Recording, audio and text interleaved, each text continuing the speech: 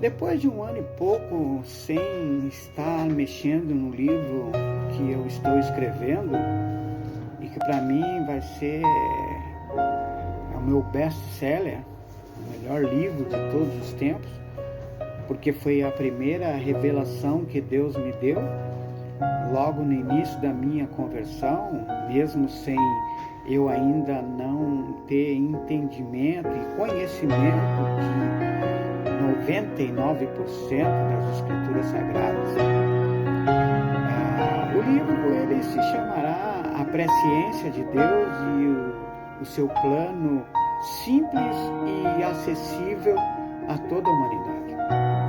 E agora aqui eu estou retomando algumas partes e escrevendo aqui algumas coisas e eu senti de fazer esse vídeo, de fazer uma leitura de algumas coisas que eu estou anotando aqui na primeira parte que fala antes da fundação do mundo. No princípio Deus criou os céus e a terra, Gênesis 1:1. Vejamos quais fatos que a Bíblia registrou que ocorreram antes da criação da terra e dos céus. A primeira coisa que devemos entender é que Deus é o arquiteto e edificador da terra e céus que passará e do novo céu e da nova terra que permanecerá eternamente. Hebreus 11:10 afirma que Deus é o artífice e o construtor de uma cidade que tem fundamentos eternos. Alguns cristãos pensam que os salvos irão morar nos céus. Eu creio que a nova terra, em comparando-se com a atual, será como um céu para os que nela habitar. O Salmo 115:16 diz que os mais altos céus pertencem ao Senhor, mas a terra ele confiou à humanidade.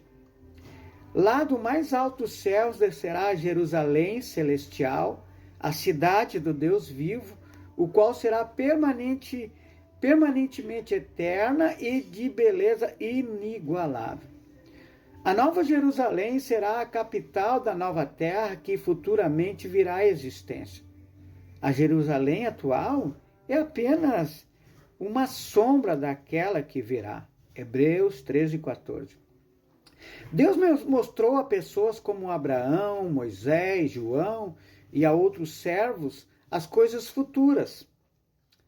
Eles viram a santa cidade que de Deus descerá do céu e será o centro da adoração mundial da nova terra e do novo céus.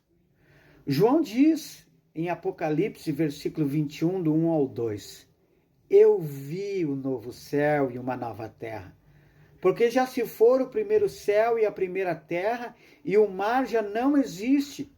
E vi a santa cidade, a nova Jerusalém, que descia do céu da parte de Deus, adereçada como uma noiva ataviada para o seu noivo. Como trabalha um arquiteto? Segundo Danher, 2007, página 16, um arquiteto elabora planos e modelos, desenha detalhes, dirige, fiscaliza e controla a construção e reestruturação de espaços físicos, levando em conta as necessidades daqueles que utilizarão o espaço e de suas relações com todo o meio ambiente. O primeiro passo que um arquiteto dá para elaborar um projeto é o planejamento. E é isso que está lá em Lucas, capítulo 14, do versículo 28 ao 30, né? Primeiro, o arquiteto cria nos seus pensamentos o plano. Depois, ele desenha os detalhes em um papel. Após a planta estar concluída na mente e no papel, o arquiteto passa para a fase da execução do projeto, trazendo à existência aquilo que já está concluído dentro da sua imaginação, do seu útero mental. O arquiteto humano, quando erra no planejamento ou percebe que algo vai dar errado, pega a planta projetada num papel, amassa, joga na cesta do lixo e refaz o projeto noutra planta. Com o arquiteto celestial, tudo é diferente. Ele não cometeu erros no projeto e não cometerá na execução. Deus previu cada situação individual e coletiva, assim como providenciou antecipadamente a solução justa, sábia e amorosa para qualquer tipo de problema no andamento do processo. A criação de um processo precisa de um fundamento, de uma base, de um conjunto de regras básicas de organização e funcionamento, de um lugar ou pessoas onde o projeto é criado e o programa é desenvolvido. Então, nesse primeiro tópico, antes da fundação do mundo, apresentarei algumas bases bíblicas para fatos que ocorreram antes da fundação do mundo e que me dão sustentação para afirmar o que demonstrarei ao longo do meu futuro livro.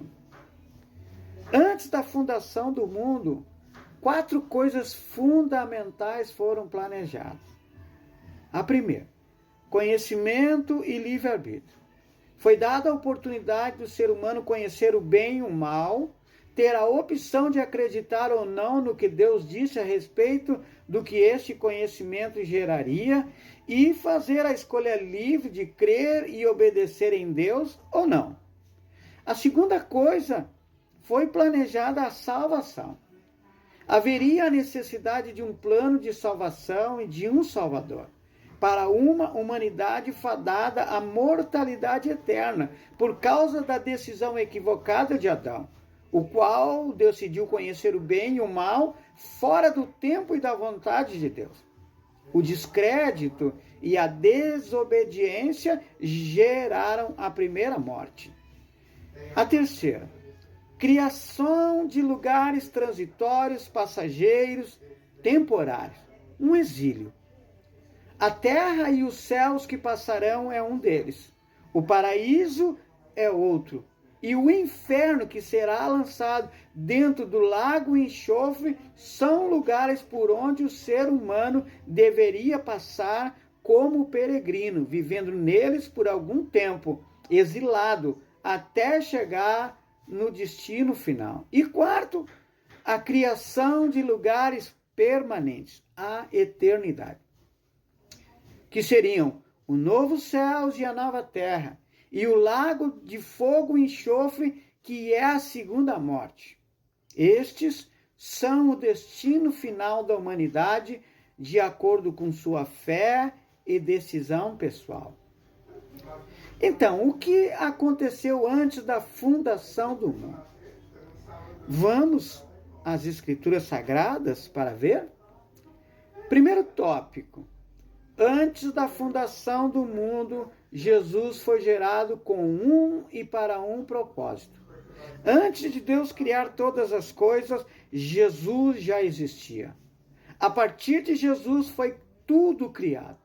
Em Jesus, por meio de Jesus e para Jesus.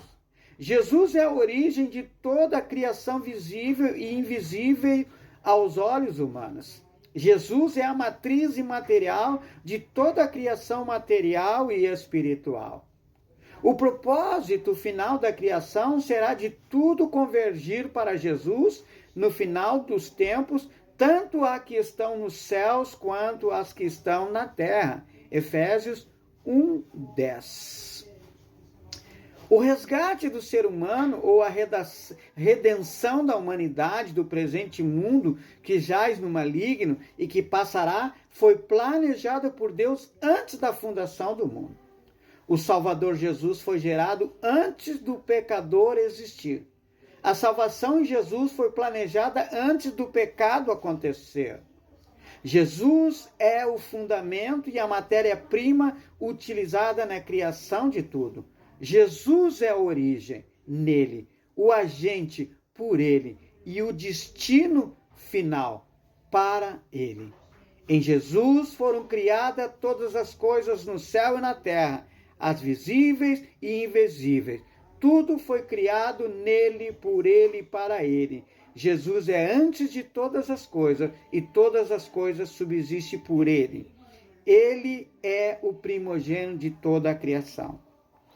Este é uma parte do meu livro.